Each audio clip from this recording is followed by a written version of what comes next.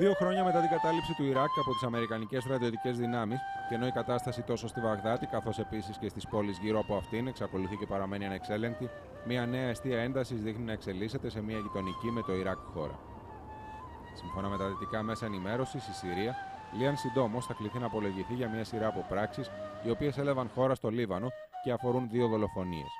Εκείνη του δημοφιλούς πολιτικού του Λιβάνου, του Ραφίκ Χαρίρι, ο οποίος έχασε τη ζωή του σε βομβιστική επίθεση, και αυτή του γνωστού δημοσιογράφου και βουλευτή Τζιμπράν Τουένι, ο οποίος δολοφονήθηκε πρόσφατα με τον ίδιο τρόπο.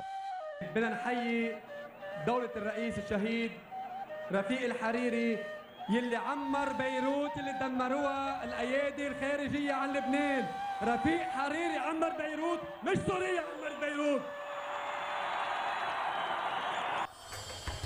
Η κυβέρνηση του Λιβάνου έχει κατηγορήσει ευθέως για τις δολοφονίες στη Δαμασκό και κατ' επέκταση τον ίδιο τον Σύρο πρόεδρο, τον Μπασάρ Αλ-Άσαντ. Τα Ηνωμένα Έθνη, μετά από έρευνα που διενήργησαν για τη δολοφονία Χαρίρι, καθιστούν ως ύποπτους 19 Σύρους αξιωματούχους και ζητούν από την κυβέρνηση της Συρίας να τους στείλει στη Βηρητό, όπου αξιωματούχοι των Ηνωμένων Εθνών θα τους ανακρίνουν. Η Συρία αρχικά αρνήθηκε κάθε ανάμειξη. Κατόπιν όμως, και αφού οι πιέσεις των Ηνωμένων Εθνών συνδυάστηκαν με εκείνες της Ουάσιγκτον, απέφεραν μια δήλωση του ιδίου του Μπασάρ Αλ-Άσαντ που ανέφερε ότι η χώρα του θα συνεργαστεί με τα Ηνωμένα Έθνη. Την ίδια στιγμή η Ουάσιγκτον κατηγορούσε τη Συρία ότι δεν συνεργάζεται με το Μετλεύ Μέλις, επικεφαλής του ΟΗΕ, για την υπόθεση Χαρίρι, ενώ τόνιζαν την ανάγκη για αλλαγές, μεταρρυθμίσεις, εκδημοκρατισμό και ανάγκη παραχωρήσεων προς την αντιπολίτευση στο εσωτερικό της Συρίας. Επίσης, η Συρία κατηγορείται από την Αμερική για το ότι οι μαχητές αραβικής καταγωγής εισβάλλουν από τη Συρία στο Ιράκ, συντάσσονται και πολεμούν από κοινού με την Ιρακινή αντίσταση. Η αίσθηση που κυριάρχησε σε όσους παρακολουθούν τα τεκτενόμενα στη Μέση Ανατολή ήταν ότι κάτι ετοιμάζεται. Ότι η κατάσταση στη Συρία είναι έκρηθμη και ίσως ένα νέο μέτωπο να ανοίξει λίαν συντόμως στην έτσι κι αλλιώς ταραγμένη Μέση Ανατολή. Με αυτή την εικόνα ξεκινήσαμε και εμείς το ταξίδι για τη Δαμασκό.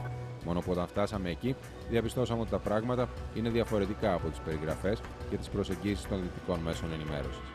Τα πράγματα στη Συρία δεν είναι τόσο απλά και όποια επιχείρηση για ανατροπή του υπάρχοντος καθεστώτος και του ιδίου του Μπασάρ Αλ-Άσαντ θα δημιουργούσε νέα δεδομένα, αστάθεια στην ευρύτερη περιοχή.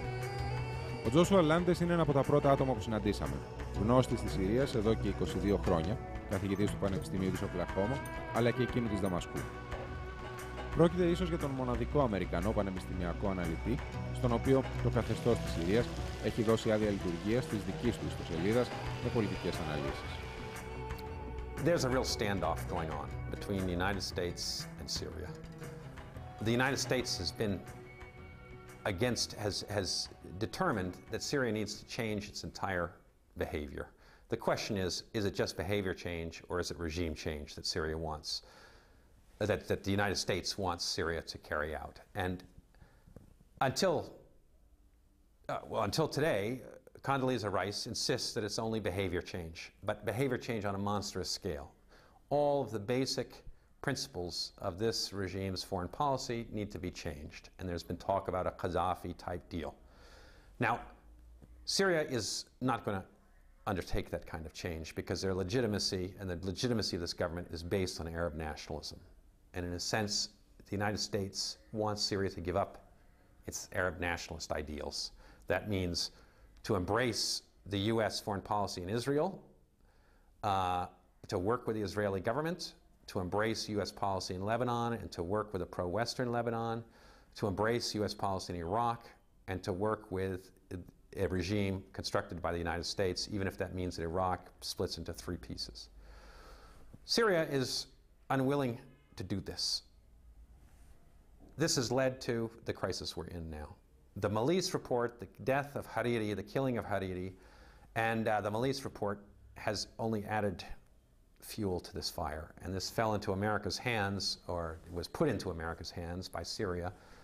And this has become, in a sense, the sledgehammer that has driven us to this point today. Because the investigation of this murder, which has targeted Syria and has claimed Syria is the killer, and has named a number of people from the government, not only security people, but the various highest people from the government, both the brother and the brother-in-law of the president, and suggested that the president, in two, might be involved and that they want to question him.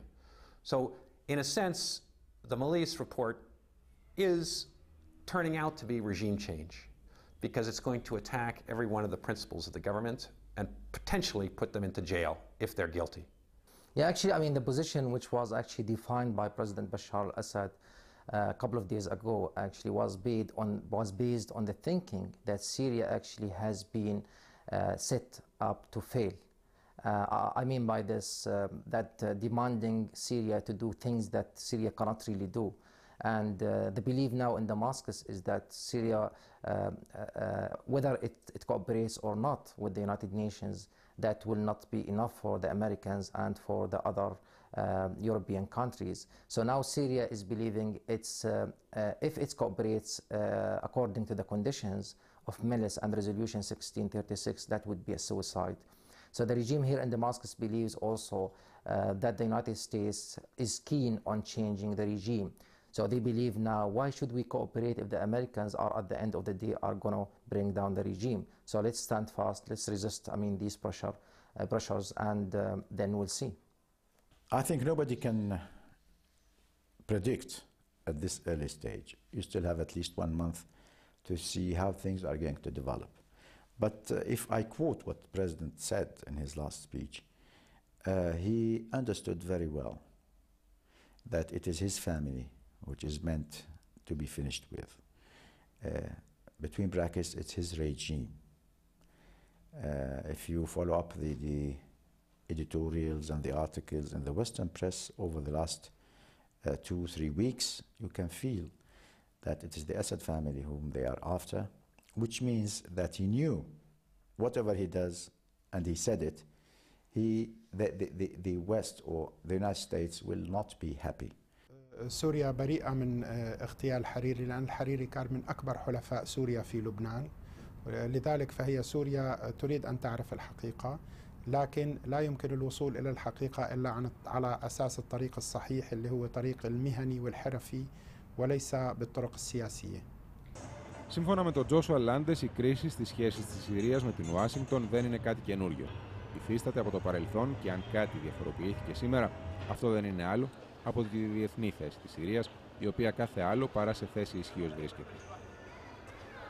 He's been trying to establish a new relationship with the Americans for over 2 years now, since the Gulf War started, after the first 4 months of the Gulf War. For the first 4 months of the Gulf War, of the Iraq War, Syria fought against America, and they allowed jihadists to come through Syria and go to America, and go to Iraq. They thought that the American troops in Iraq would come and attack Damascus, and in fact there was a plan to do this. By March, April, it was clear that the Americans were not going to come to Damascus. Once the opposition in Iraq began to grow, Syria reversed its policy. It stopped jihadists from going through. It began to realize we can open dialogue with America, and they've tried to open dialogue. They've tried to cooperate on the border with Iraq. They've pulled out of Lebanon. They supported Abu Mazen in Palestine. They followed an American plan, more or less, at least under the table. America wasn't happy with that. They didn't want the old way of doing things because they don't want to have Syria against America on top of the table, saying American policy is imperialist while they cooperate with Syria under the table, while Syria cooperates with America under the table, with information sharing on radical Muslims and so forth. So America closed down all these avenues of conversation, whether through the CIA, the border, meeting, pulling out their ambassador, and they've cut Syria off in the hopes that Syria would do some 180-degree turn like Gaddafi did. Syria hasn't done that turn.